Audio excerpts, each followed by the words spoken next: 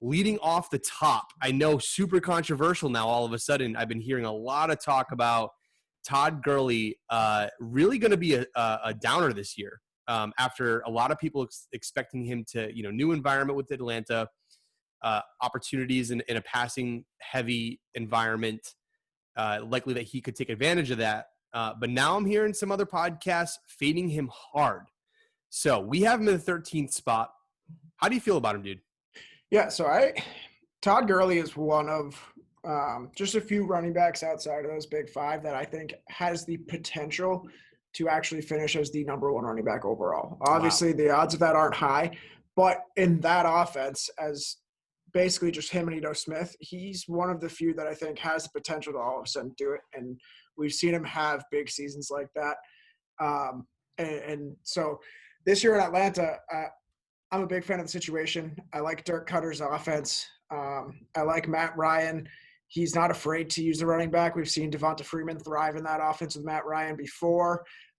They've brought in some new pieces on the offensive line, but they still kind of have those two big pieces with Mack and is it Jake Matthews on the left tackle? Yeah.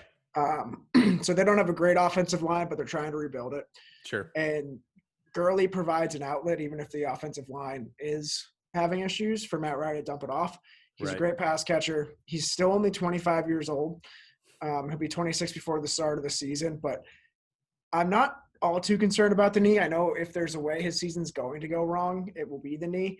But in that offense, I don't think he needs to be that efficient because he should have plenty of volume. Sure. We've talked before about the tight end target correlation. Austin Hooper's out the door. Hayden Hurst is in, and he could be great, but we've seen what Austin Hooper has already done. So with him out the door, it could be more targets to the running back position. I just think he has a great opportunity down there.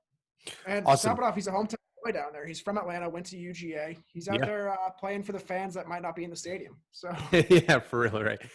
Yeah, dude, I hear you. I think you sort of changed my mind on Todd Gurley after we had that whole running back to tight end target correlation. You had mentioned really that the Austin Hooper fallacy is really a product of the environment, not necessarily the player. The fact that Devonta Freeman basically went down and it was non-existent opened up a lot of passing opportunities for Austin Hooper. So Hayden Hurst is necessarily not going to cut into those targets that Todd Gurley should have.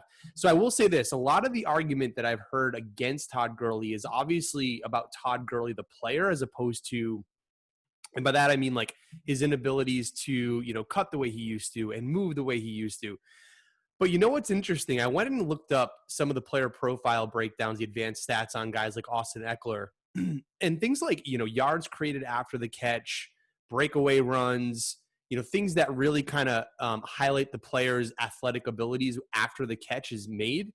I mean, Austin Eckler, as an example, wasn't necessarily a guy who blew me away. I expected to see like him to be in like the top 10 at least in some of these advanced statistical categories, and he really wasn't. So it kind of tells me that like a lot of times the environment will produce in what you're suggesting here could produce a top 5 wide or a running back, especially a pass catching running back by nature, just by the simple fact of the environment.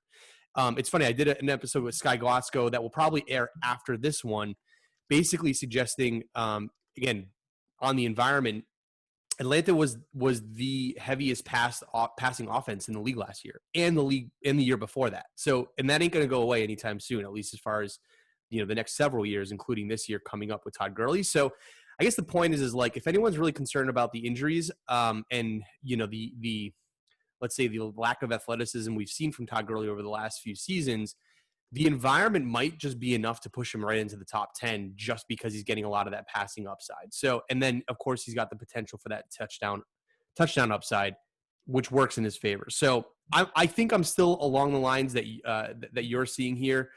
The guys that are fading him hard, I would suggest that time isn't here yet. I think this is an argument maybe for next year or the year after that. I think this year Todd Gurley will play. And sometimes, dude, and we talked about this just from like a life standpoint, sometimes you just need a change of pace, change of environment. Like you said, he's a hometown kid over in Atlanta. That might just be what he needs to get out of LA and get that mojo back. Yeah, and we keep hearing about how bad LA's offensive line is. So I don't think Atlanta will be a downgrade in any way. So yeah, like you said, situation. Yeah, situation should be great for him.